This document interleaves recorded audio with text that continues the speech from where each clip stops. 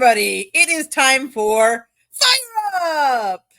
Are we fired up tonight or what?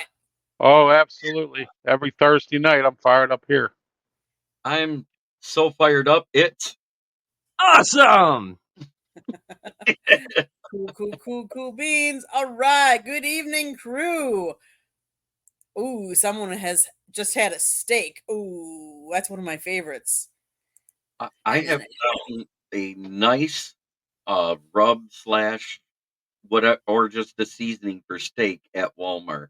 And I tried it because I like the TV show, and the brand is Yellowstone Steak Seasoning. And yes, it's Yellowstone, just like the brand on there. Mm-hmm. And it's actually amazing. It has a touch of dill, some garlic, some onion, margarine, thyme, salt, pepper, and just a touch of cayenne for a little bite after. Smoking Dad in the building. God, I almost want to hit my sound. Joshua Moore, Turbo Jet Don. There we go. We got some people on. RXJ, how you doing, RXJ? That's my man. You already have a question. My favorite steak, believe it or not, I like a good flank steak or a tomahawk, also known as the cowboy ribeye. And I prefer like in between medium rare plus, I guess it's called. Not quite medium, but not quite medium rare, because I like the internal temperature to get to where the E. coli and all that stuff is burnt off. I'm going to have to try that, Smoking Jay. He goes, hell yeah, tomahawk. Yes. And the reason why it originally was called the cowboy ribeye is because when they were on the cattle drives and the cattle would pass away, they would cut that hunk out, the ribeye, and leave the bone on it because they didn't use utensils on the trail. So that way all they had to do is throw it over the fire, cook it, take it off, grab it by the bone, and eat it. There's my resident Vikings fan and a guy that comes on my podcast a lot, Michael Johnson. Good to see you, Michael. Good to see you. All I have to say about the Lions game is thank God halftime has came and went, because now we get to see what Hendon Hooker looks like. Yes. Even though it's preseason, football is back. You are correct. And the thing about preseason, especially these games now, is we're just looking to see who the backups are going to be, how people are going to play with other people, how some of the rookies are going to play. It's going to be interesting season, I think. Yes, there's 2 games going on tonight. It's Panthers versus Patriots and Lions versus Giants. I had my nickname for that other game that's playing doesn't have the Lions involved, and it has to do with something you do in the bathroom in a bowl. Oh my goodness. And Joshua, Scotty normally takes off on Thursday nights. He likes to just relax. So he gives me reign and I control the shows tonight. So go Panthers. It's the wrong Panthers, Joshua. We're not talking hockey. It's football time. But guess I'll watch a podcast with my favorite podcaster. Nice. Yeah, Joshua, that's a little TMI there. Come visit Texas. I'll reverse your beast steak you've ever had. Ooh. Yeah, they have that place down there. If you eat the steak, you get it for free or something. It's a steak place down in Texas. I heard they have the largest steak, and if you eat the whole thing, you get it for free in a T-shirt or something. Oh, beefsteak sounded right. I get it. I knew you meant best, but I like the idea of beefsteak because I always did the beast. Roast beast is a feast that I like the most. I'm not the Grinch. Oh, that's funny. And my dad, the guy that got me to be a Lions fan, just said, "Oh my God, I forgot the Lions were playing tonight." Mm-hmm. Yep, a good skirt steak. I also like flank steaks, and the reason why I like flank steaks is because it's not as tough as like your sirloins, and it's just a nice quick sear. You can get it done in under 5 minutes and get you to that medium rare plus the medium, and I like that type of cooking because I don't like the blood, but I like the pink. Since when did this become a cooking show? I mean, I like it, but that's kind of try hanger steak. Too late for me. Good night. Oh, well, good night. Okay, Delos, we get it. Have a good night, sir. Yes, thanks for coming on it. When this has become a cooking show, they started talking about steaks. I know. I like cooking, so I don't mind it at all. I told people on Fire Up we talk about anything, but the title of the show tonight is Hot Topics in the Sports World. That's kind of funny. It's actually not blood. Ha ha ha. Grills the steaks at 3 a.m. Is that dinner or breakfast? Does it matter? Is there a wrong time to eat steaks? Steak at 3 a.m., I'd call it Brenner. I'd call it hangover. I'm just kidding. Hangover food. Yes, that's absolutely what it is. If you're in Tennessee, the bars close at 3, then it would be 4 a.m. hangover food. We're men. Beer, steak, and football. Okay. Yes. Dog check. That's what I have to say to that. Oh, that's funny. That's funny. Okay, so let's. What's been happening in the sports world lately? Besides, we've already started talking about NFL and preseason. Let's talk about them. So, how do you think the Lions are doing, Jeremy? Defensively, I've liked what I've seen. Right now, it looks like they're moving the ball. They are actually in the red zone, 1st and 10 on the 19. Hendon Hooker so far is 3 of 4 for 19. He's also rushed for 12 yards. Craig Reynolds hasn't done much. Jameer Jefferson hasn't done much.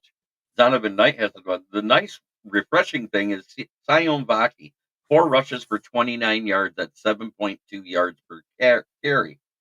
But the 3 targets have been spread around. It's been Isaiah Williams, the UDFA that is supposed to be a special teams ace. He's caught 2 passes for 18 yards. Caden Davis caught 1 for 5. That's who's on the field with him right now.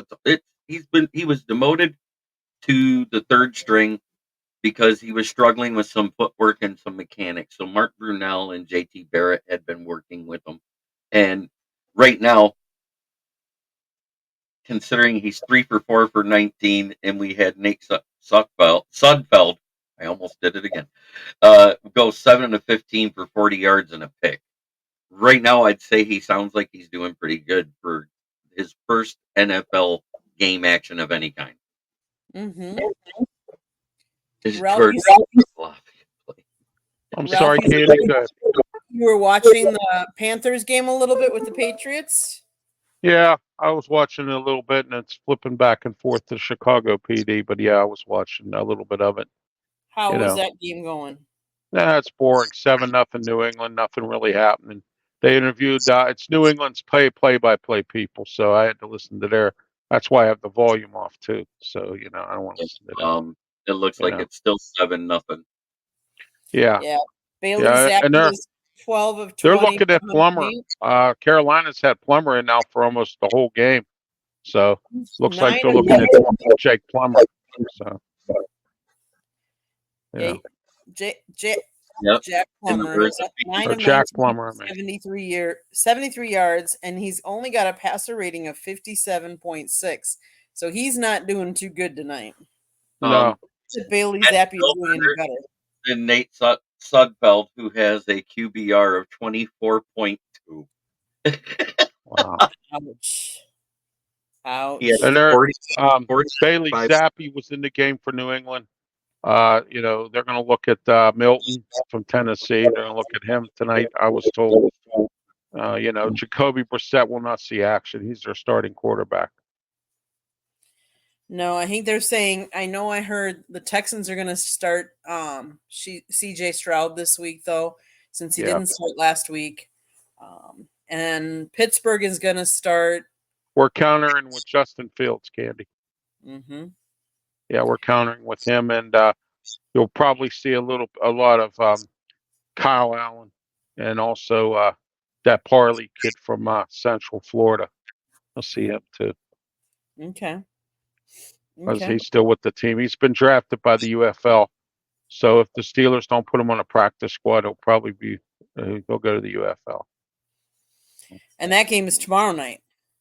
Yes, it is 7:30 here at Acrisure Stadium, and it's going to be interesting. I'm interested to see what some of these guys look like and what's going on. Our new offense. I want to see what's going to happen. Probably will be vanilla, but Arthur Smith, I'm interested to see what his offense looks like. So. Yeah, it's the Falcons facing the Dolphins, the Texans facing the Steelers, and the Eagles facing the Ravens tomorrow night. There's people picking Atlanta to win that division, Candy. You know what? I don't see Raheem. I don't know. I don't see Cousins doing that well down there. And then you got Raheem Morris as their head coach, who's a defensive guy. I don't know. Maybe the second time around for Raheem Morris is going to work out. I don't know. And Michael Jackson is saying Fields is starting right. Yes, he is. I think I heard that Fields has been taking a lot more of the reps even. Yeah, well, Russell Wilson is out with a calf injury from pulling a sled. For some strange reason, our conditioning coach, who I think should be fired, why are you making a quarterback pull a sled? That is especially crazy. A 36-year-old quarterback. Ben Roethlisberger didn't pull a sled. Okay, so I mean, why are you having Russell Wilson pulling a sled? I don't get that. Offensive lineman I could see, or defensive lineman, linebackers, even whatever, pulling a sled or pushing the sled or whatever. I don't, whatever it is they do with those things. Hooker is making things happen. He's now had 4 carries for 34 yards and is leading the team in rushing and in yards per carry at 8.5. With being 5'7". That's good. Carolina's offensive line don't look too good. That was the only thing that worried me about Carolina this season, because I know Dave Canales can work wonders with quarterbacks. But it was their whole line. I didn't think they did enough to shore it up. A lot like the reason why I think Chicago will struggle. I don't think they did enough to shore up their offensive line. Yeah, and you got in Carolina, Jeremy, you got that. You got Bryce Young in his second season trying to rebound from a pretty decent last year, but not a real good one. And then on top of that, you have so. To have a bad offensive line is not going to work. And then in Chicago, you got Khalid Williams, who I think he's going to be running all over the place for the rest of his life. Maybe they can open up some holes for him to run. Well, maybe Caleb Williams will be all right. He had the same type of offensive line at USC. Yes. We'll find out, won't we? Oh, yeah, I was there. Oh, Joshua Dorr, that is sad news. Titi Rodriguez passed today. Oh, get out of here. Wow. Legend golfer. Yeah. That is sad. sad. I'm not into golf, but I do know him. Oh, must have been a penalty. 1st and 10 at the 3. Oh, no, it's a turnover. Who did it? I gotta see this. Well, I can say that on Saturday, the Packers play the Browns. The Chiefs play the Jaguars. Let's see. The Commanders play the Jets. Bears play the Bills. Raiders play the Vikings. 49ers, Titans, Buccaneers, Bengals, Seahawks, Chargers, Saints, and Cardinals. Now, there's been a little bit of rumbling that Seattle's had some, fights actually at their practice. I mean, not just even little scruffles. They're talking about taking a helmet and DK Metcalf actually got upset with a corner that showed him up and ripped the guy's helmet off and whacked him with it. Wow. With that Guardian cover on it. And you know what I think about that?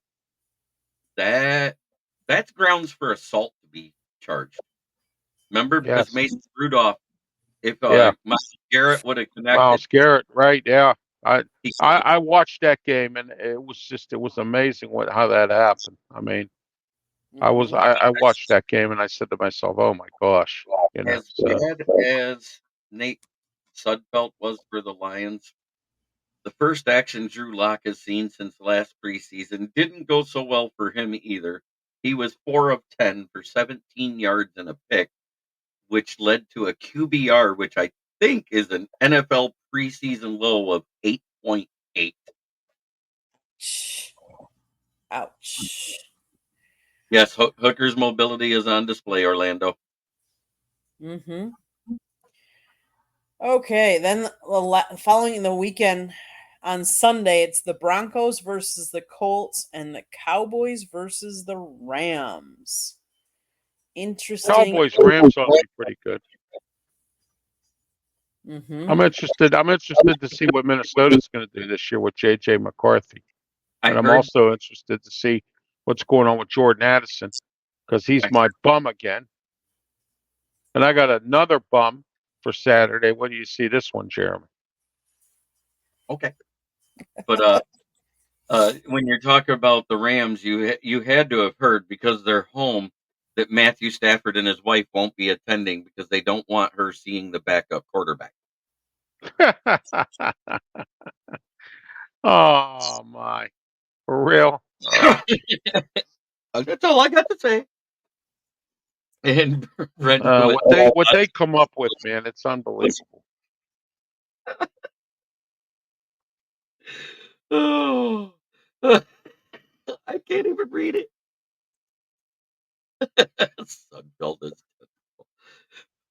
You guys can put it in the chat so I can read it, because I can't say the name unless you guys type it out. You guys know my nickname for them. Oh, yes. My nickname.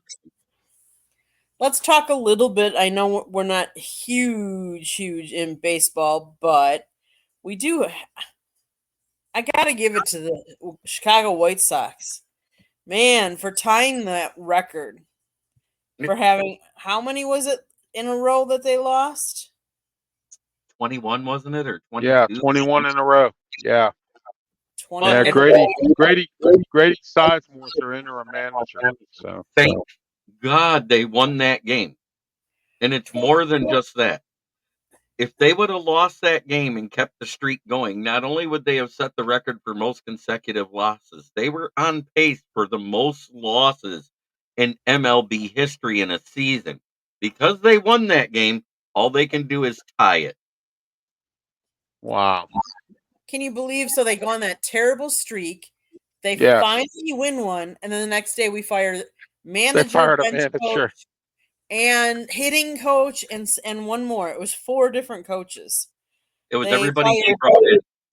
Bench coach, third base coach, and assistant hitting coach. Wow, that's crazy. And Grady Sizemore takes over as interim manager. I can't wait to see what the White Sox are going to do here.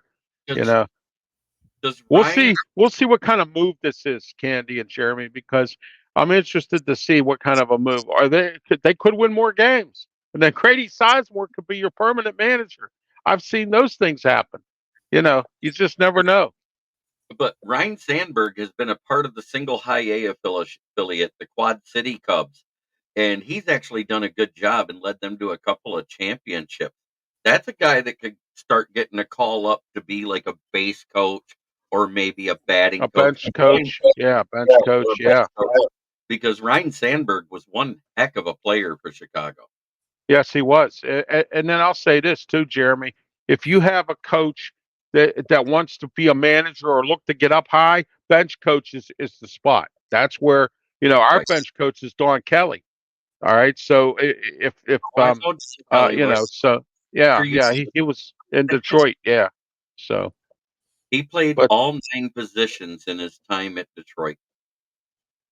A lot of people don't realize he actually came in because of when Zamiah was hurt and we lost a couple other guys in the bullpen.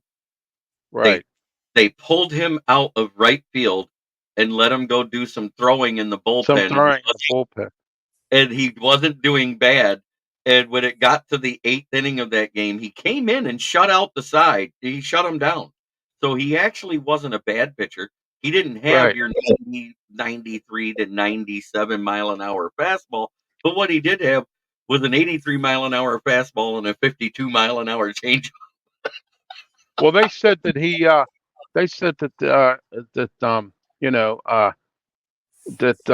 Don Kelly is a really smart guy. I mean, I don't know him very well, but I'm told he's a very smart guy. And they interviewed him for the manager's position, and then they went ahead and did they hired Sherrington, or I'm sorry, Sheldon. So Baseball, this is my strong suit. He loves baseball. If I'd have known that, who knows? Maybe next season I'll do a baseball show. I don't know. hey, there's both. So Yes. something that just came across the wire. David Bell breaks Sparky Anderson's Reds record with the 31st career ejection. That's kind of funny. Oh, there you go. There. Oh, the wow. reason why Sparky Anderson got that record is because he coached for so long and longer than Billy Martin, who had the record previous to him. Previous to that. Hey, you know what? Leland should be up there. I mean, Jim Leland, man, I've seen him get ejected several times, all across the board. He didn't get as ejected as everybody thought, but yeah, he was a fiery coach. I think I think he got ejected a total of 23 to 25 times in his career. I played college ball and pro summer league, then blew out my knee. Poof, done. Yeah, I know, Michael Johnson. That's the way it usually goes for those of us that are decent at a sport. We try to do something, and something always gets in the way. Me, it was my Achilles. Mm-hmm. You, your knee. I know. I had a buddy that was he was scouted for Big Ten teams to be a catcher from here in Flint, but he didn't have the grade, so he went and joined the Army and started retaking high school courses while he was in, and he played for the base team.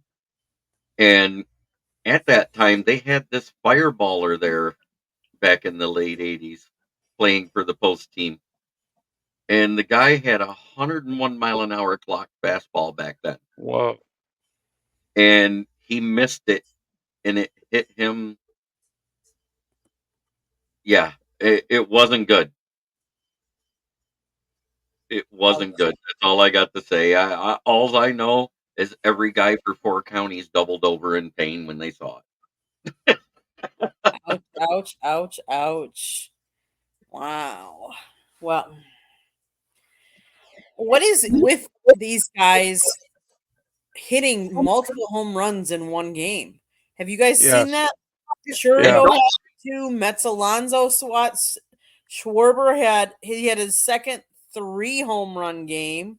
Well, Schwarber's a name, but we've had a lot of guys that you don't normally hear hitting home runs, hitting multiple home runs, like Wilson Perez of the Tigers that had a 2 home run day the other day. I mean, it's been all over the place. You know, it boggles my mind. But at the same time, the pitchers complained about that new harder wound Mizuno baseball because it carries more power, and it's kind of showing that when you got guys that don't normally hit home runs, hit multiple home runs in one game. And I also believe too, Jeremy, that pitch count. I think that pitch clock, is making more hitters hit more too, because the pitcher doesn't have enough time to really get himself together to pitch, like he used to, and stuff like that. And I believe, and I've heard a lot of people say it's that pitch clock.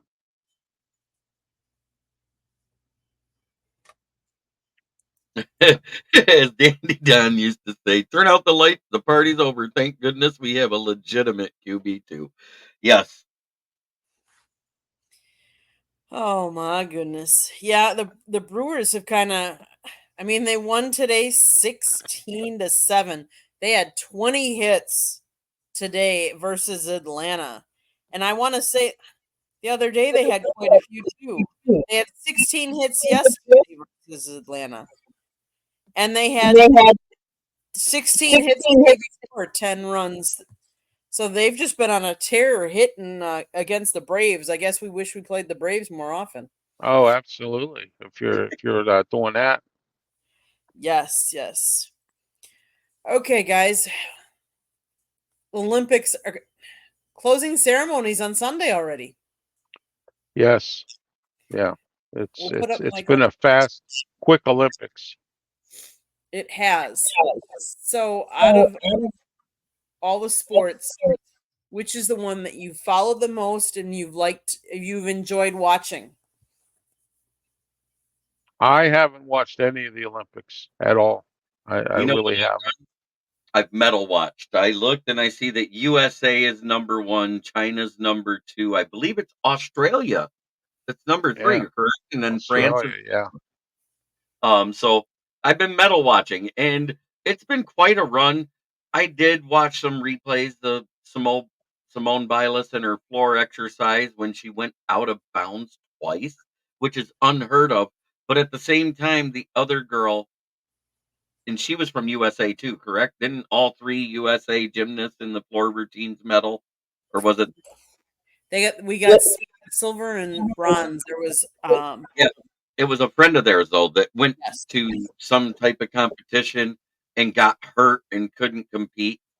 And I'm wondering if it wasn't one of those gestures to say, "Hey, let's give this girl her flowers. She did a good routine." Because both of those girls made minor mental mistakes they normally don't make. Wow. It could be. It could be that. I mean, the one that won gold. I know I had read someplace that for her to train, she had to walk 2 hours to the training facility and 2 hours back. Right. That's the thing is that the gymnast hotel was 3 miles away to 3.5 miles away. So to walk 2 hours, that's a casual walk. So she didn't like power gate to get there because a person can walk 4 miles an hour if they're dedicated. Right. That means she casually walked. Being from Grand Blanc, I watched the guy get a bronze, saw the highlight of the cyclist that was put into an event she never did before, won gold like Secretariat style. That's it though. Watch nothing live. Well, And Johnson said he watched gymnastic men's and women's. Well, and if anybody is watching like the basketball, USA played today. They were actually down at the end of the third quarter. Steph Curry willed them back to winning. It was crazy. I saw it. Let me see what it said that they were down. Steph Curry scored 36 points, including a go-ahead three-pointer with 2:16 left. The U.S. trailed by 17 points in the first half, plus faced an 11-point halftime deficit, the biggest one successfully overcome by an American team since NBA players were added to the Olympic mix in 92. Serbia led by 11 with 7 minutes and 19 seconds left. The rest of the way, all the U.S. The Americans won a game where they had led for a whole 3 minutes and 25 seconds, which Serbia led for 90% of the game. And France beat Germany, so it'll be USA versus the home guys of France. You know what? That could be a tough game there, Candy, because France is playing in their hometown. And when you play in your hometown, you have more motivation to want to win. If I'm the U.S., I'd be very careful. Mm-hmm. I agree. Oh, Michael, you're not even as old as me, and I can't believe you just told that story. And there, it reminded me of my grandpa. We used to walk 3 miles uphill in the snow barefoot and back home 4 miles uphill in the snow just to go to school. It was a great fourth quarter, go USA. Yes. Awesome. The Olympics have had a lot of great stories, including the women's relay team, the 400-meter relay. Kate Ledecky. Gosh, we've had so many great stories come out. Who was it? The U.S. woman that just tore it up in the 400-meter hurdles. They said it was like everybody else should have just stayed home. They were so far behind. Carrie Richardson, yeah. Yeah. Somebody from Pittsburgh here is part of that breakdance and part of the Olympics. How about did you see the 400 meter where Hall comes from behind and speeds up at the last second to take gold? That was pretty cool. And the other one that I want to mention, because this has nothing to do with the Olympics, but there's some 12-year-old track meets that are going on outside of school functions right now. And there's a girl from North Carolina. I don't know her last name, but her first name is Lily.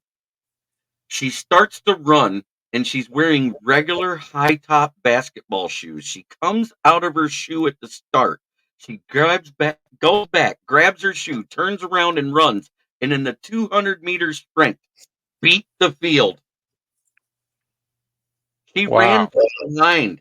I was like, you know what it reminded me of?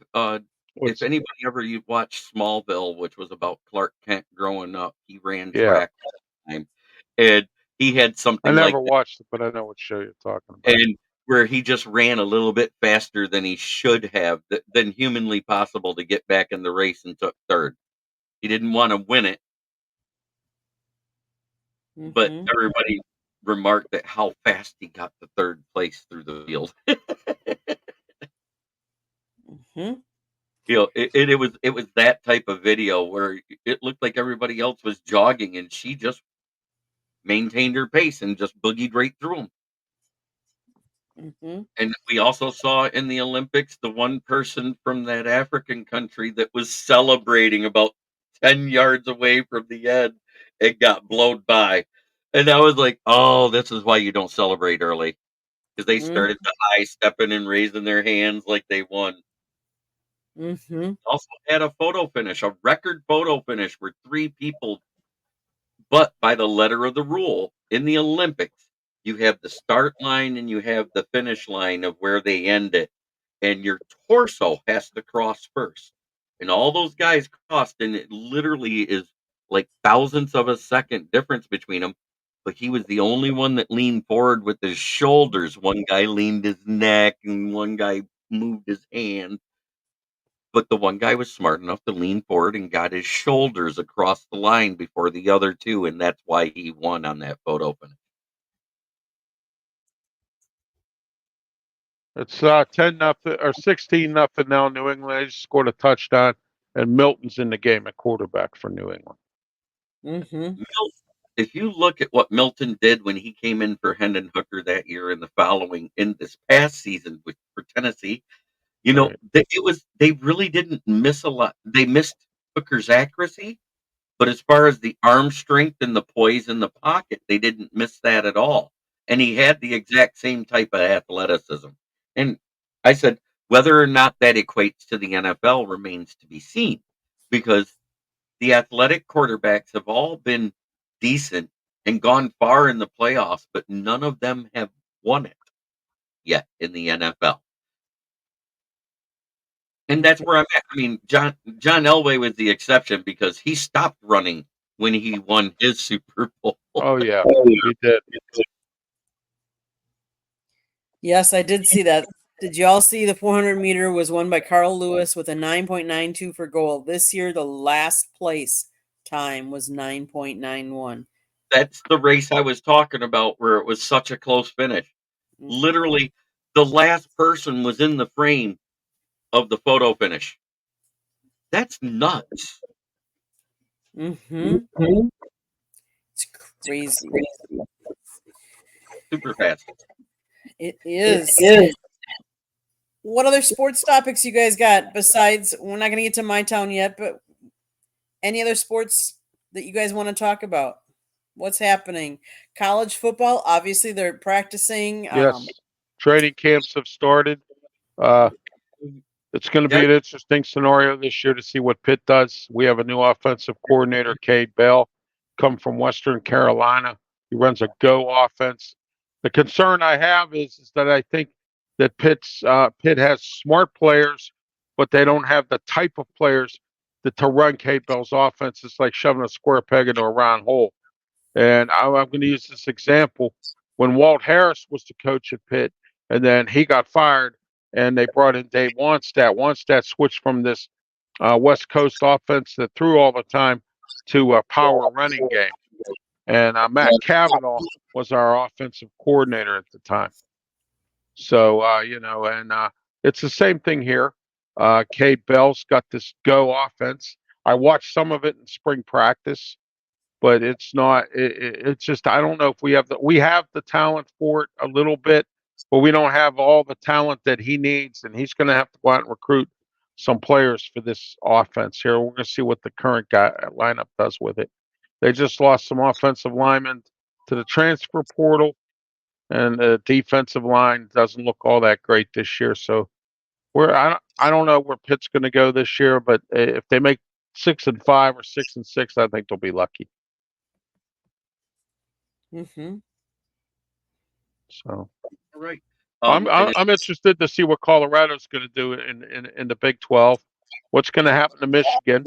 With this allegation stuff. They already put down the verdict that they're not going to have to vacate the title. They're debating if they're going to have to suspend Sharon Moore in place of Jim Harbaugh, because Jim Harbaugh got a 1-year ban from any colleges this season. So he literally can't even go there to pro days because it's 1 year from the hand down, including his defensive coordinator, Jesse Mintor, and their defensive backs coach that he brought over from Michigan. So all three of them. So anybody connected with Michigan, Jeremy, you're telling me cannot participate in the pro day. Those three coaches were the ones specifically named. Oh wow. Okay. They cannot do anything to do with college sports for 1 year from 2 days ago. So they literally can't go to pro days. They can't go. I think the only thing they can do is the scouting combine, because that's an NFL invited event. Right. So that means all the scouts and GMs have to do everything. He can't. Well, what about the Senior Bowl? That's a college event. That's not That's an a NFL. college event. Yeah, and the East-West Shrine game and all that. All that stuff. Yeah. The HBCU, the Division 2 and 3 combine that they do in Indianapolis after the main So scouting. let's say Jeremy, I'm going to paint you a little hypothetical here. Let's say they decide to go to a game and buy a ticket. Are they still allowed at the college game? They are banned from all collegiate football games. So they can't go to nothing, even if they buy a ticket. Right. Okay. I just wanted to be clear on that. That's all. To do their scouting reports, if they want to do their scouting reports, they got to do it the exact same way I've been doing it for 3 years. Watch every bit of game film they can during that weekend. Yeah. And also going back and rewatching all the games on YouTube, because that's how I do my scouting reports. But Is Undone actually came in. Broderick sat with Martin with the sack. Nice. Yes, and he was actually joined on that sack with Nate Lynn, the UDFA out of Williams and Mary College that I actually had high hopes for. So they had a sack. Also, Isaac Ukwu, another UDFA that came in that was signed. He had a sack. So that's the 2 sacks that the defense has so far. You know who went to William and Mary, don't you, Jeremy? No, probably not. Mike Tomlin. Oh yeah, okay. He was a player and coach there, and he coached under Bill Stewart from West Virginia so right after Richie Rod got fired, and then Stewart took over there, and then they fired him. He was the Joe Paterno of West Virginia, and then they fired him, and then he passed away because he got so frustrated from being fired or removed. And then they brought in that drunk Dana Hogerson. But here's the crazy thing. He did say that, but they never suspended him from coaching. They just suspended him from attending college events. Right. Mm-hmm. Right. So that's not a suspension of coaching, because they couldn't do that because he was already hired as an NFL coach. So they can't even buy a ticket. Right. They can't even buy a ticket. They're in LA and they can't go to the Coliseum. Oh my gosh, that's funny. They can't even buy a ticket. Right. That's what I'm saying. They cannot attend any college event for a year. Mm-hmm. And I don't think the NFL or the Chargers are going to let them say, hey, he can't attend any NFL events for a year because then their whole coaching staff, defensively, is gone. It's gone. Yeah. Mm-hmm. Ah, yes, yes, yes. Anything else we want to talk about? Oh, But thank God that Michigan doesn't have to vacate the title. Yeah. Haha, guys. That would have been. You guys would have had some. I tell you what, Michigan would have had some big egg on their face. And I Oh, got to yeah. tell you, the program director or the general manager of the radio station where I used to have my sports show on, I would laugh at him because he went to Michigan and he Moonstar. loves Michigan. He's got a helmet. He's got it all in his office, and he just adores Michigan. I mean, because he's an alum from there and everything. so what do we think of this one? Do we think Ohio State's going to take it? Well, they can't I be think Ohio State might drop off this year. Ohio can't be the 2024 national championship because that's Michigan. Right. Yeah. But Ike Butker went down. Oh no, that's the guy we just signed that started 17 games for the Bills. He was supposed to be a good depth piece. So now we're down another backup offensive guard. Christian Mahogany's not able to play because he's still dealing with his illness, which they haven't disclosed what the illness is. There's only a few things that would keep you sidelined for 2 to 3 weeks. One of them is COVID. One of them is a major case of the flu. The other one that nobody's even thinking about is appendicitis. Wow. So if it's appendicitis and he had a flare up and had to have it removed, that's why he's taking so long to come back from his illness. And so those are the only 3 illnesses I can think of that would keep a player out 3 to 4 weeks at a time. Yep. I agree. Out with an illness. Right. It's all speculation, though, because we don't know. They're not doing it. Right. Michael Johnson says, my will call ticket. Him jabbing off. Hey, they might arrest you for that if you give him a ticket. He's not allowed to be the collegiate game. Somebody might get fired. Now, they managed to buy that really expensive mask where it actually, if you wear the right clothing with it, you can't tell that it's not a real face. He could probably get away with that. Yeah. Mm-hmm. I was going to ask if relatives, like send a nephew there or something. Yeah, you could do that and have them film it for you or whatever if they allow filming it. And I believe college is a little more leeway than NFL as far as fans filming the games. Because I haven't, the only thing they don't want you doing is unless you've got a press pass, they don't want you carrying a big camera. You know what I mean? They don't want you carrying like the professional style with the 1,000 times action zoom lens on it. Well, but you're not allowed to on the media unless you're one of the big media TV outlets or streaming. You cannot record live stream the video as well, whether it's college or NFL. No, you can record it and then take it home and you do your clips and stuff like that, but you can't stream it live while it's happening.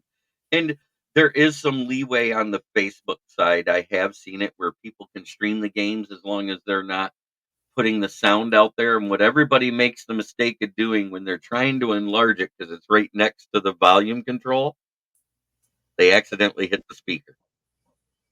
And that's what gets everybody in the copyright thing. 2025, JB, you know how hard it is for me to text. I will say, I think the 3 schools that have the best chance to get there are Texas, Ohio State, and Oregon. Texas, one of their running backs just went down today, and he's out for the season. Yeah, but they got Quinn Ewers, and they still got great wide receivers there. Yeah, Steve Sarkisian has them going really good down there, Texas. Yeah, they lost Baxter to a season. We'll see what Ryan Day does this year with Ohio State. All I know is that if Ryan Day loses to Michigan without Harbaugh there on a down year, he might get fired. 100% will get fired. That's pretty sure after they let Brian Hartline walk to become a coach somewhere else because they refused to promote him and gave Ryan Day another year, they're like, yeah, you lose to either Michigan State or Michigan, you're done. I'll tell you a good story here. I used to drive a cab, and it was in the 90s. It was 1996. It was the return of Johnny Majors to Pitt, okay? We were playing Ohio State, and I was taking some people from downtown out to Pitt Stadium for the game. And the guy said, I hate John Cooper. I can't stand John Cooper. I said, well, what's wrong with John Cooper? He said, he can't beat Michigan. He was like, he can't beat Michigan. And I was like, oh, my God. Okay, guys, is it time for my town? Yeah, it's time for our town. Okay, so tell me, Ralph, what's happening in your town? Well, the Pirates blew it again today. O'Neal Cruz decided to take his time running across the base and got thrown out at second after it was an easy double that he hit. And it's just the boneheaded, stupid mistakes that this Pirate team makes that makes you I don't know if you can call it growing pains or what you can call it, but now all of a sudden they were supposed to be in this wild card hunt. Now they're a game under 500 because they lost today and they got swept by the San Diego Padres. They were in the games, don't get me wrong, but it's just the concept that's that one stupid little mistake, Candy and Jeremy, that the Pirates keep on making that makes you sick, because it's that little mistake that always makes them lose games. And then we still lead the league and runners leaving runners on base and not scoring runs. We still lead the league in that. And then tomorrow's our first preseason game for the Steelers. We're going to find out what's going on with the Steelers tomorrow. You don't expect too much. Oh, by the way, here I just got word that the Steelers have signed Brandon Ayuk. They gave San Francisco 5 7th-round draft picks for Brandon Ayuk. So there you go. Is that a real report? No, that's what I call an erroneous report. But no, that's not true. Everybody out there that thinks the Steelers are going to sign Brandon Ayuk, forget it. It's over, because San Francisco wants too much for this. They want 2 number 1 draft picks. They want this, that, and whatever. They want the janitor. They want the water man. They want everything. They want the whole team. Okay, San Francisco, Lynch and Shanahan. You can keep them down there. The Steelers have other plans. Training camp, preseason. I think there's going to be some guys out there, and I say like Mike Tomlin, guys out there that Omar Khan can sink his teeth into and bring them in here and bring them in for the Steelers. Somebody's going to get cut. Somebody's going to lose a job, and they might lose it from one team and come to the Steelers and play, because everybody wants to play for mediocre Mike Tomlin. So there we are with that.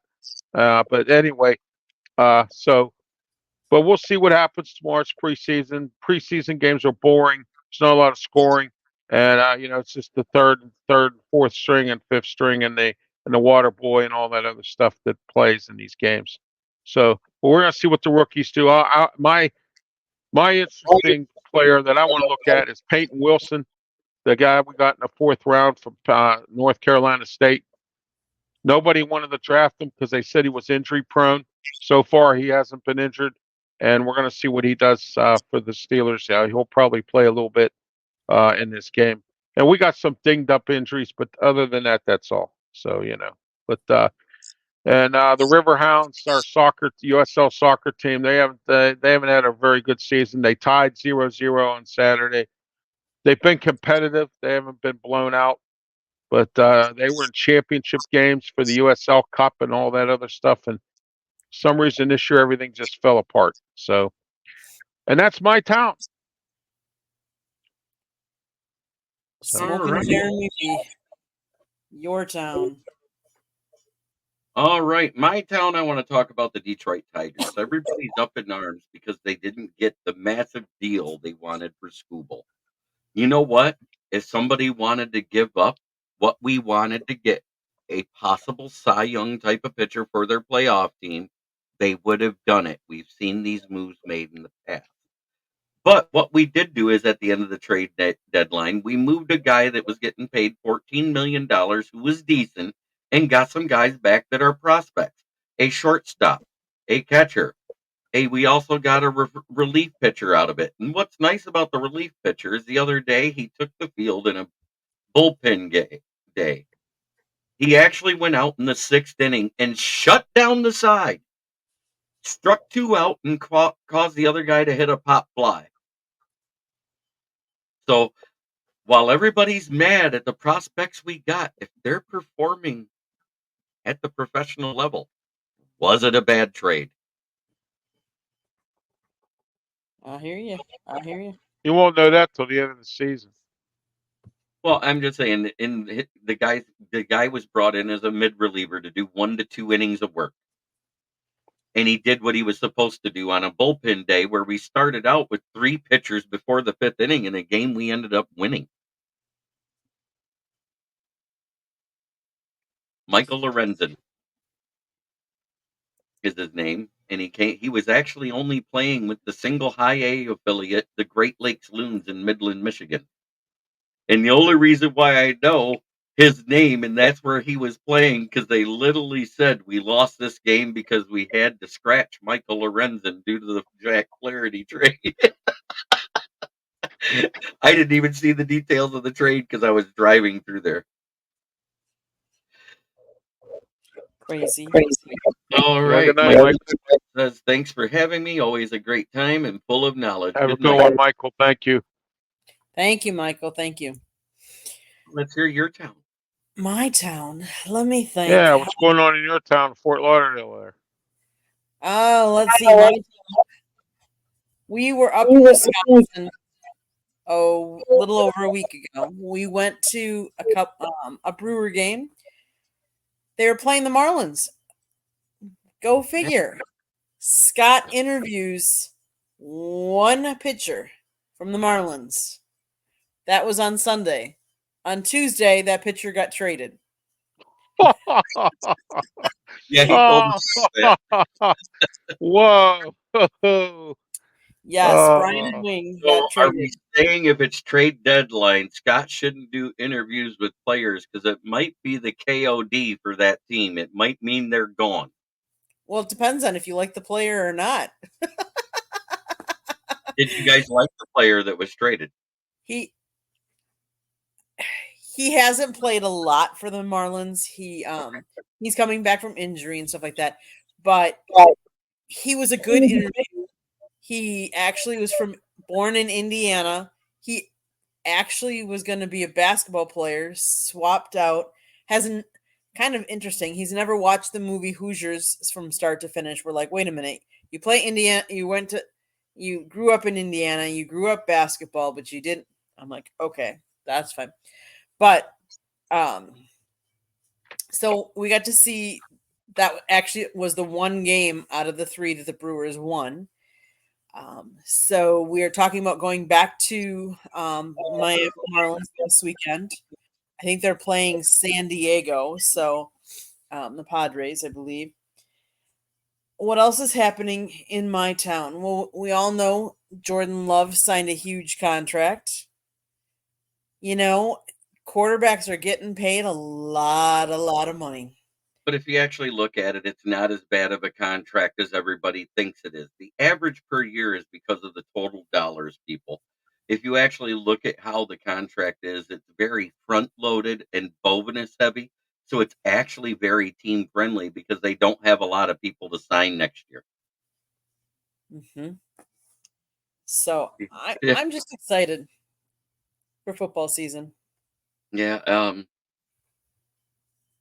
Buddy Kinkito comes in and said Sudfield sucks. And Andrew said yes, big time. Yeah, Isaiah Williams with 4 catches for 35 yards was the player of the game at 8.8 yards per catch. But we did have a Donovan People-Jones sighting. He was targeted once. He caught the ball and had 26 yards. I think that's pretty significant myself. Antoine Green, while Sudfield was out in that first half, had 3 catches on 3 targets for 13 yards and 4.3. Well, it looks like it was a full of penalties. You guys Yeah. were 7 for 41, and the Giants were 10 for 102 yards. So it sounds like a lot of penalties, and that's what preseason. Sometimes you got to work out those kinks. We dominated the time of possession because we were running the ball more overall. If you with the quarterbacks and the running backs.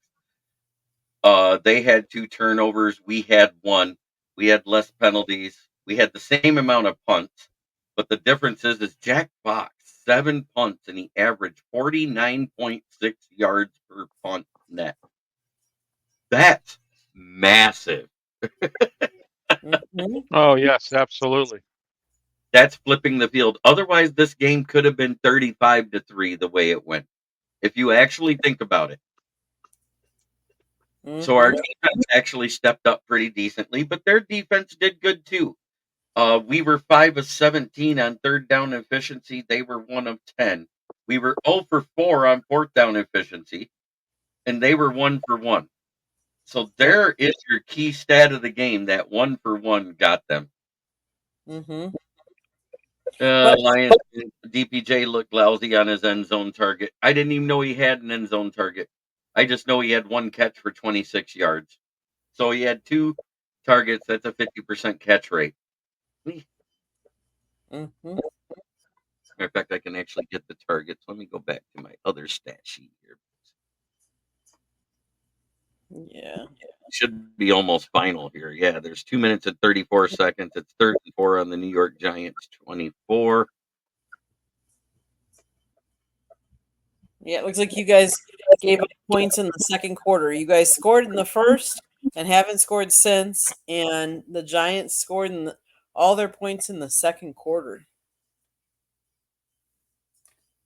Yeah, that's what I'm seeing too. And let's face it, guys, this is the preseason. They're trying out players, and they're trying out players with a combination of different players too, to see which ones mix and stuff like that. It's not always going to be good. It's not always going to be flashy and pretty, but you need to have grit, and you need to show that you want to be there. And that's why they play these preseason games, because there are some players that they're going to walk themselves out, and some players are going to solidify a position. Yeah, that's why I said earlier, Candy, that the fact that sometimes if you wait enough after the preseason's over and all that stuff, sometimes there's some players out there that are on the scrap heap that you can pick up and use. I mean, this year I call it the used car lot, because sometimes the Steelers are good for doing that, and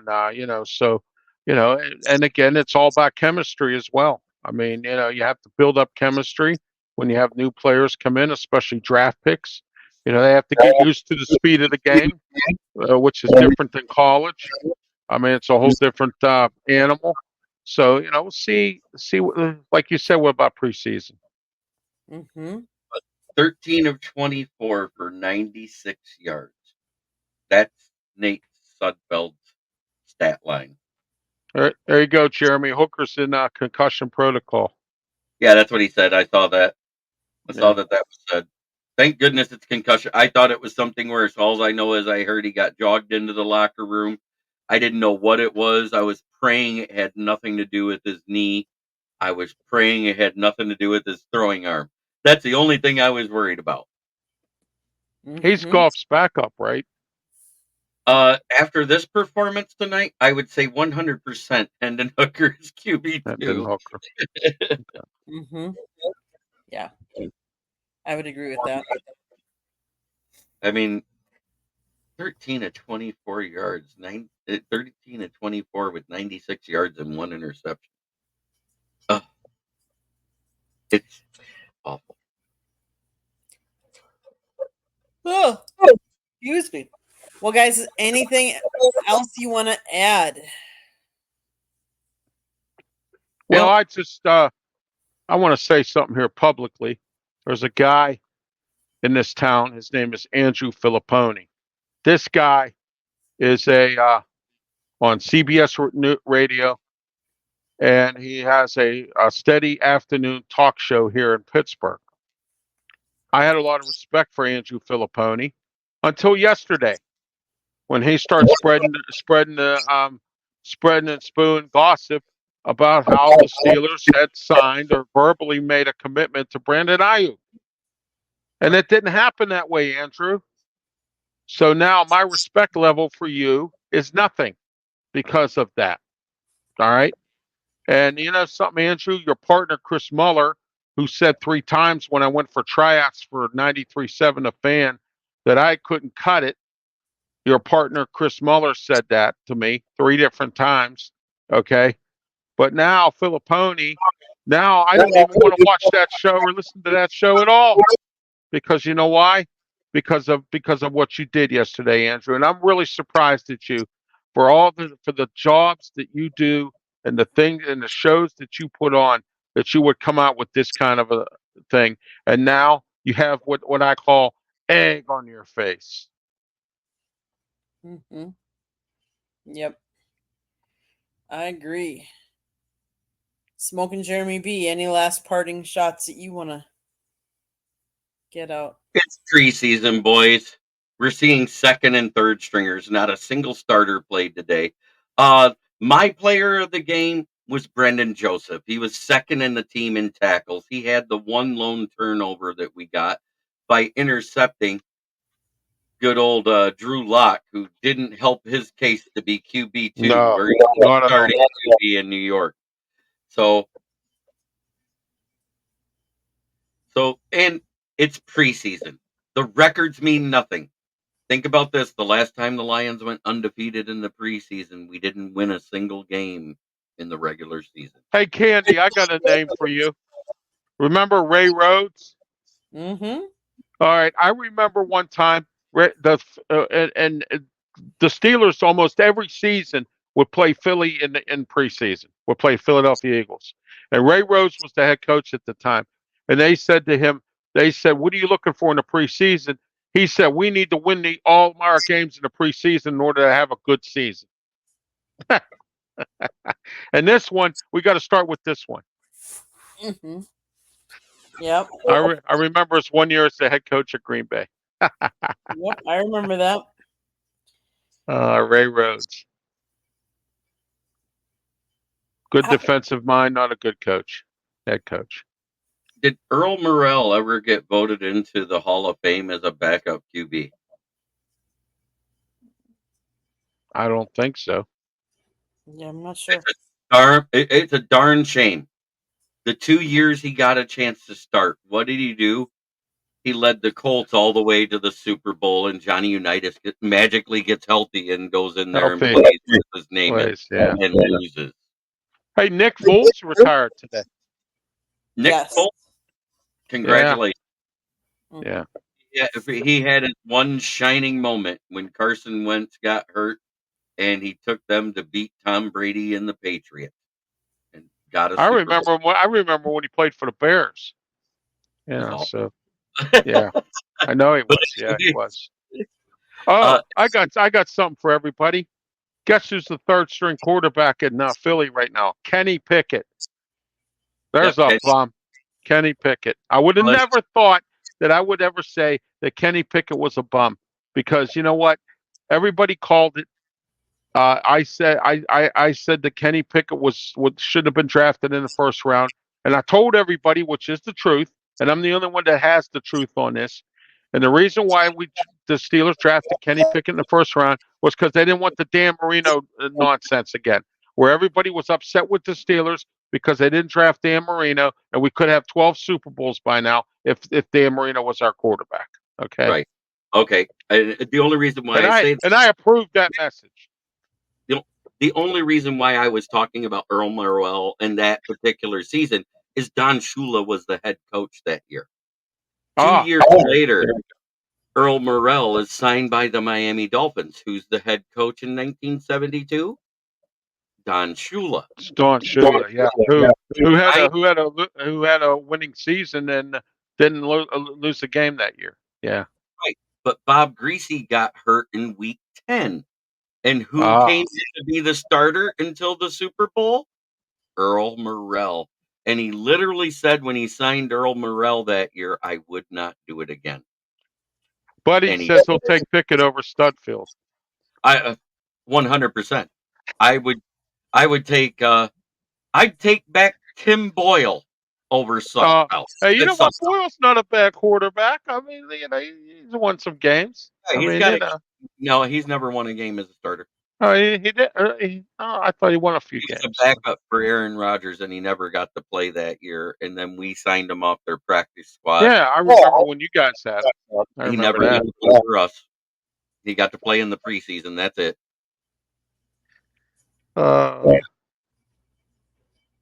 Sudfeld cannot win a Sunday game. Absolutely. And we all know David Blau couldn't, because David Blau actually took over for Matt Stafford in 2020 when he hurt his back. Right. Or 2019, excuse me. All right. That's pretty much Candy, the show is all yours. Okay, guys. We're elated when Sudfeld got cut.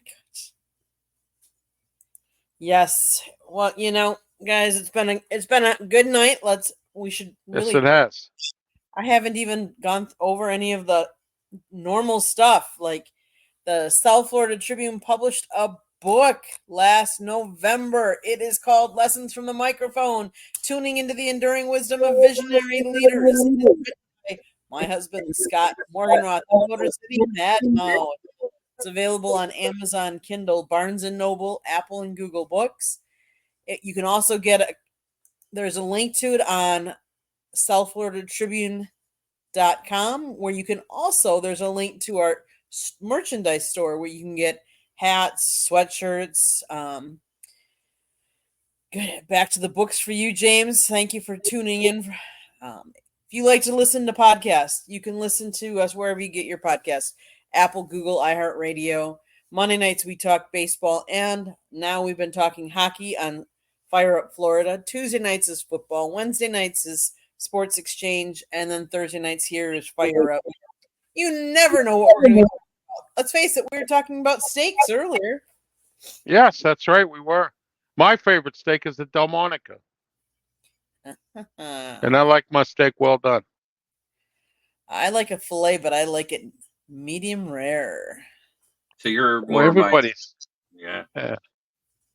Mm-hmm. I don't want it to moo when I stab it. That's all I got. No soccer tonight? No. There's not much going on in the soccer world with Olympics going on right now. Right. Yeah, no. We've talked about a lot of different things. Let's see, what else was I going to say? If you want to advertise or sponsor a show, call Scott 954-304-4941. If you missed any of it, it's been scrolling around the bottom. You can go, if you're listening to us, you can go back and rewind. Ralph, how can people see you, sponsor you, watch you, support you? Well, every week keeps getting better and better for me as far as RW Media goes. And I had an extended conversation today with a radio station here in town. They want me to put my show on their station. They're trying to find a slot for me. So I had a nice conversation with the owner today, and we're going to see where that goes. Okay. And I'm also on crsmmedia.com. Sports Corner is there. And I have my new Sports Corner pens and my Sports Corner car magnets. So Sports Corner is going to be getting out there. Billboards everywhere. We're going to be all over the place. Going up to Erie and going to be meeting with some people up there. See it spread it out up in Erie. I'm going to be going to Lancaster real soon at the end of September. So, but you can get a hold of me on Facebook, YouTube. I have my own YouTube channel, Ralph Williams, RW Media. Please subscribe. Thanks to Jeremy and yourself here, Candy, and the South Florida Tribune Network, and a few other networks. I've been able to get more. I've been able to get 30 more subscribers now. So, because I started the year off at 130 and I'm at 162 now, so I'm up to 32. So, and I hope to be at a 200 by the end of the year. You can also reach me on Twitter X platforms as well. Ralph Williams on Facebook or Sports Corner. I also have my own Sports Corner Facebook page as well. And like I said, the big thing is YouTube right now. I'm working on my own Roku channel, and I'm working on some other stuff. I have a meeting tomorrow with JB Ellis and Sideline Sports, who also sponsors Sports Corner, but we're getting into some deeper stuff too. So, and Fan First Sports Network also. So, Candy, my network is starting to grow, Awesome. and I'm happy about it. And I got my new wheelchair accessible van too. So. I'm really happy about that. Awesome. Well, buddy, before I get to Smoking Jeremy B, I'm gonna your question, Candy. Are you a Tampa Bay or Miami fan? And I guess it depends on what you're talking about, because I'm really neither. I do live in South Florida, but I'm a Wisconsin girl, so Green Bay all the way. Green Bay, Packers, Bucks, Brewers. I know. Stop it, Jeremy. I know. Wisconsin.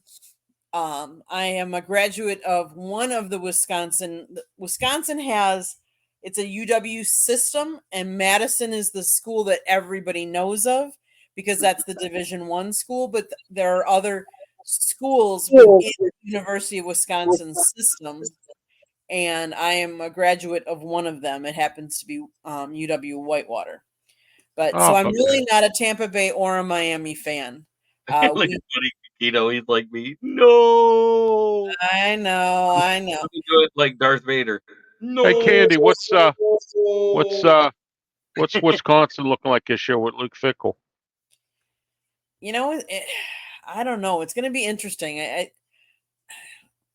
It'll be an interesting year, I think, because I don't know. I have never been Tyler fan, and he switched from down here from Miami to Wisconsin, but maybe he just needs to be in the right system, and that's what I'm going to say, because sometimes it's a system, it's coaches that make a big difference or can make a big impact, and so it also depends on. I haven't looked at their schedule to see who they're all playing, because now that there's more teams in the Big Ten, I'm not exactly sure who we all play this year. So that makes a difference too. Okay, yeah, I meant to ask you when we were talking college football, and I forgot about it. So yeah, no, and maybe that should be a topic for next week or so that we can start looking into more, and I can do a little more research and stuff like that. But buddy, the other thing is if you're talking, are you talking Tampa Bay Bucks and Miami Dolphins? Are you talking about Tampa Bay Lightning and the Florida Panthers? Like, there's a lot of different things. I like the Miami Dolphins because their head coach Mike McDonald or McDaniel is from Pittsburgh. He's from the Plum Borough section of Pittsburgh. So Yeah, honest truth, I have heard more from Bears fans than Green Bay fans. Yeah, the overhype is real. Oh, but, yeah. And by the way, don't forget Saturday 9 a.m. YouTube, Facebook, and Twitch, the External Bum Show with me, Ralph Williams, Scott Morganroth, Leo Haggerty, and Jeremy Ballrick, and we talk bums in sports and a whole lot of other topics as well. And we're streaking up in views, which is great. We've gone from 20 to over almost 50 last week, and we're keep spiking up. So that's good news. So, like you've had growth. I'm amazed at the growth I've had since the draft. If you remember, Candy, I was talking. We were sitting around 260 and was going up during the draft. I think I ended the draft at around 280. I'm sitting at 193 subs in probably the slowest NFL news offseason we've ever had. Yeah. I mean, there's been almost no big trades. They've been just a few big re-signings, not even big flashy. Right. It's been quiet. It's been quiet between the draft and the start of training camp. Yes, it has been quiet. And I'm honored that my fans must be helping me to push myself out there and helping me network. And I'm glad that my network and this network has helped me grow as well as it's helping you grow, Ralph. Yes, Uh, absolutely. share, And likewise to you, because you helped me grow. I yes, have some of the people who watch your programs watching my show now. and So, I'm glad you do. I try to watch, but some of your programs run into my programming time, and and because your work time too. you pop in and right like when I'm at the end of my show because you just ended yours. Well, that, and then on top of that, sometimes I get tied up with phone calls and things like that. So by the time I get to you, well, sometimes it's the end of the show. And, Right. I got a guy that does a podcast at 11 o'clock or whenever he feels like it, more or less, but usually 11 o'clock he's supposed to be on. It's called Two Dumb Yinzers. His name's Ryan. He used to be my producer at the radio station that I had my shows on before. And he's been doing that now for 2 years. And it's a good show, Two Dumb Yinzers. So. Buddy Conquito says only overpaid QBs. No, we had two big wide receiver signings. Justin Jefferson getting the highest wide receiver salary ever. And prior to that, Amon-Ra got the highest wide receiver salary ever for average per year, not per cap hit per year. There's a big difference in those numbers, and I've been trying to explain that to a lot And of people. July 1st, Bobby Bonilla Day has already gone by. Yes. Hallelujah. It's over this year. We don't have to hear about it till next year. Yeah, exactly. How long is that anyway? What, 2030 or something? I think it is. 2031 is the last year of it. If Is I that remember, the last year for that? 30 years Oh at $1 my million God. a year, signed in 2001, wasn't it? Yeah. It's still better than what the Dodgers did for Ohtani. $2 million a year on a 20. What was that? A 20-year contract or 10? I can't remember. I think it's a 10-year contract. 10-year contract, and at the end of it, whatever he hasn't made, he gets paid in full. It's not per year; they're paying it in full. So it's day going to be one lump sum and no payments, like Bonilla. right? Yeah. They'd have been better off doing the "we'll pay you until the day you die" type of thing. Hey, if Bobby Bonilla budgets his money right, hey, why not? He really doesn't have to budget because think about it. If you're getting $1 million a year, you take the jock tax out of it because it's still being paid for playing a sport. You take off the federal income tax and everything else. He's losing about 35-40%. So, buddy, I'm usually both Steeler and an Eagles fan in some perspective. If the Eagles are in the Super Bowl, I'll root for them. Someday I would like to see the Eagles versus Steelers in the Super Bowl, a Pennsylvania Super Bowl. But I'm mostly a Steeler fan. But I was an Eagles fan until they got Kenny Pickett. Now I'm not an Eagles fan anymore. And I feel bad for Nick Sirianni because if he doesn't win this year, he's fired if he doesn't go to the Super Bowl. So. And you got Saquon Barkley with the groin pull right now, so he won't be back. And he's got two good coordinators there, so he should do okay. So. Yeah, I mean, Vic Fangio is a way better coordinator than head coach. We saw that with what he did. Yes, absolutely. How many times have I said it on your show, Jeremy? Some people can bake a cake and some people can't, which means you could be a head coach or you could be a coordinator. And a lot of people are better coordinators than they are at head coaches. And the biggest mistake they make is when they become a head coach, they try to be the coordinator as well. And you can't do it like that. Mm-hmm. So, Smoking Jeremy B, how can we find you? Where can we support you? Well, you can find my writings on the SouthFloridaTribune.com underneath the three little white marks to pull down the pull-down menu under the Motor City Tribune heading. You can also find me right here on the South Florida Tribune. Anytime Scott needs me for any of his shows, I'll be available. But normally right here on Fire Up.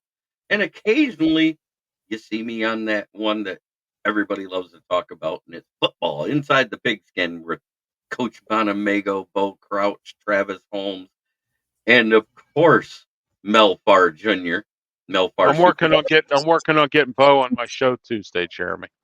Awesome. And of course, Scott, the Motor City Madmouth. Mm-hmm.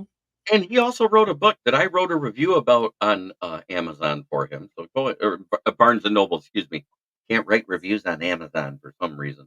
But If you buy the book through Amazon, can you? yeah, you have to buy it through. You just can't go there and put a review. Right. But at the same time, he deserves it. It's actually a good read. If anybody's is. thinking about being in the broadcasting business or journalism, there's a lot you can learn about the way the old ways have done and how it's transitioned to the new. Mm-hmm. You can also find me on my channel, which is Kneecap Biting with the Motor City Lions, where I am live Monday through Friday at noon, Mondays, Wednesdays, Fridays, and Sundays at 9 p.m. You can also find me sharing the shows that I co-host on, like this one, or Ralph's External Bum on Saturdays. So that's a total of 11 shows a week on mine. And anytime I guest on someone else's, I put it up there too. Lately, it's been the Red Zone Rant on Sunday mornings, or Valhalla Hour with some Vikings guys. Now that they know that I'm a legit published journalist, it lends a little weight and it makes it easier to be on someone else. Mm-hmm. Well, if you didn't hear it before, if you see that red subscribe button, that means you have not subscribed to the South Florida Tribune's YouTube channel. Please do so. Share us with all your friends. Anybody that you know that would like it. Monday nights, we talk hockey. We talk baseball. Tuesday nights, we talk football. Wednesday and Thursday nights, you just never know what we might be talking. After all, we were talking tonight about steaks and NFL. If you want to advertise on our YouTube or on our shows, please call Scott 954-304-4941. You can always email us at gmail.com. We're live on Facebook, LinkedIn, Twitter, and YouTube. If you like to listen to podcasts, wherever you get your podcasts, you can find us. iHeartRadio, Google, Apple, Spotify, CastBox, Deezer, you name it, we're there.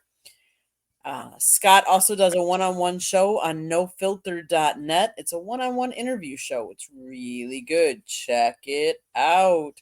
Check out our website, www.southfloridatribune.com. As Smoking Jeremy V said, he writes for it. I take pictures. There's all kinds of good. If you like football, we have transcripts from the Dolphins, Jags, the Lions.